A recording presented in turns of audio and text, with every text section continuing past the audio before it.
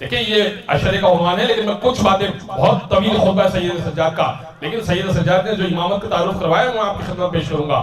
सैयद सज्जाद उस लकड़ी के टुकड़े पे गए, फहमिदल्लाह व उस्निया इलैह, और अल्लाह की हम्द व सना करने के बाद कहने लगे, अय्युहल मखलूक, ऐ मखलूक, अल्लाह ने औतीना सिद्दन व फुज़्ज़िलना बिसबईन, अल्लाह ने 6 चीजें हम अहले बैत को अता की है। यानी कोई लंबी चौड़ी बात नहीं,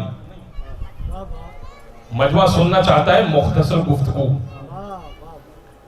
का। अल्लाह ने 6 चीजें हमें अता की है, औतीना अल इल्मा वल हिल्मा व समाहता वल फसाहता व शुजाअता वल मुहब्बता फी कुलूबिल मुमिनीन। अल्लाह ने इल्म हमें अता किया, हिल्म बर्दाश्त हमें अता की, समाहत हमें अता की। समाहत यानी, समाहत कहते हैं जूद और करम को, हमारे दर पे जूद और करम मिलेगा।